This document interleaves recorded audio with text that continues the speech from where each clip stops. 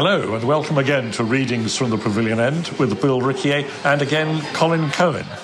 We're together in Adelaide after the third day of the third Ashes Test between Australia and England, and it is not looking good for England. After a tremendous start, England were in a rather rocky position of 213 for 8 at the start of play, but Ben Stokes and Jofra Archer played with enormous spirit and skill, and England finished up with 286.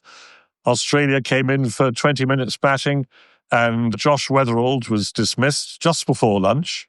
But that was it as far as England were concerned.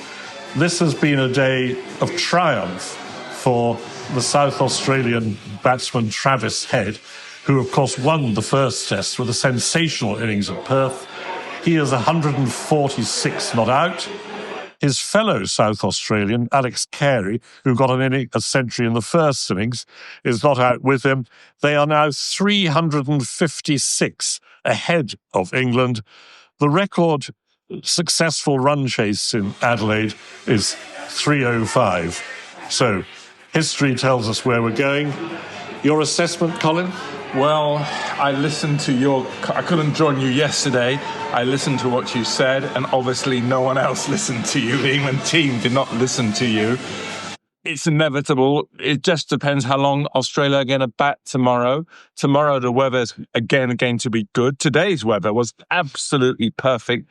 10 degrees cooler, cloud cover until late this afternoon. Very disappointing afternoon. Fielding was bad.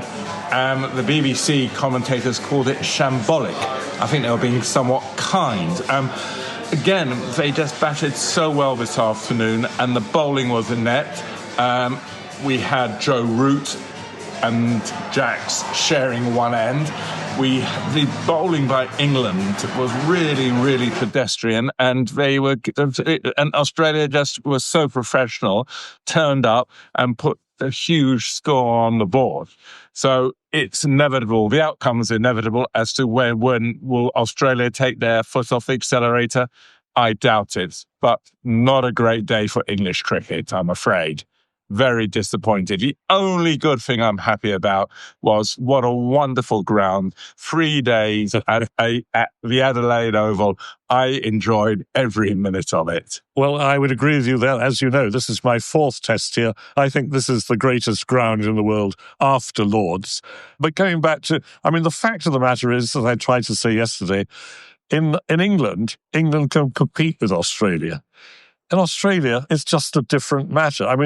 You've made a point about the bowling. We're usually complaining about the batting, but the bowling today, again, it lacked discipline. Carrs was better in the morning than he has been earlier in the tour.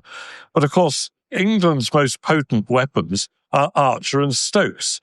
And neither Stokes didn't bowl at all today. It's not entirely clear what his fitness position is. He's on the field all day, and the pundits were told that he was fit to bowl, but he didn't. Archer didn't bowl 2 overs in the afternoon session, and the contrast between the two sides, Australia are so disciplined, and of course it partly helps them they're bowling against England's batsmen. But when an Australian wickets just seem inevitable, it's only a matter of time. They just keep placing it down what Jeff Boycott used to call the corridor of uncertainty, and an English batsman will fall into the trap, and that will be that.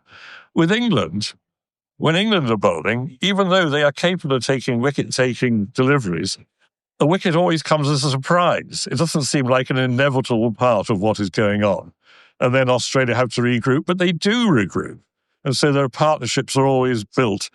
And as you say, the progression becomes inevitable. And England's problem now is, assuming they lose this game, what are they going to do? How are they going to improve the side? They've come with a specialist spin bowler who can't even get into his county side and hasn't played a cricket match probably since August. There are problems with the batting. Can Archer play a 4th test in a row? The next test match starts in a week's time. And it's Melbourne, and we all know what the Boxing Day test is all about. It's difficult, it's hard, the cauldron is there. One area which I am interested in was the journalists were having lots of reports in the papers over the technology and trying to sort of think, well, Kerry was definitely out. Well, I don't go with that at all. Technology. There's always individuals there. Yes, it happens, but it's not the reason as to why we didn't succeed or why we didn't play better. I think moving forward, obviously you need to have a little bit more intricate, a little bit more backup and spend a little bit more money on it. But football has had that, drawing the lines for the offside. Someone has to draw the line. Here, someone has to calibrate the sounds with the picture. Not too difficult to do. But overall, yes, as you and I said at our earlier podcast, we felt that this could have happened. We were worried that England were not going to be able to deal with the conditions and the preparation. But positives, do I see a positive? Maybe a little bit there. I mean, Archer was good. He batted well. Maybe some of the others may learn from this experience. But it's back to the drawing board, I'm afraid. I don't understand this idea that we've prepared, the manager and everyone else have prepared for the last 3 years or 4 years. I can't accept that. I don't see too much preparation. No, indeed. Anyway, I think this may not come out, I hope, in the podcast, but things are getting rather noisy where we are in a wine bar just a few minutes away from the Adelaide Oval. I would like to make one final comment about one of the dismissals where Australia, nobody complained the technology. Weatherald was he caught behind? Yes. No, he was LBW. He was LBW to Cars, and he didn't review it, having discussed the matter with Head. But had he done it, he will. He was. But the technology did show that A, the ball pitched outside the leg stump, B, it hit his bat on its way to his pad. So he was actually not out twice, but nobody complained the technology for that. Anyway, I think we'll have to call it a day now. We look forward with inevitable foreboding to the fourth day. And from me, thank you so much for allowing me to join you on this wonderful, wonderful city. So, thank you very much, Bill. Thank you. Great having you here, Colin, and good evening, everybody.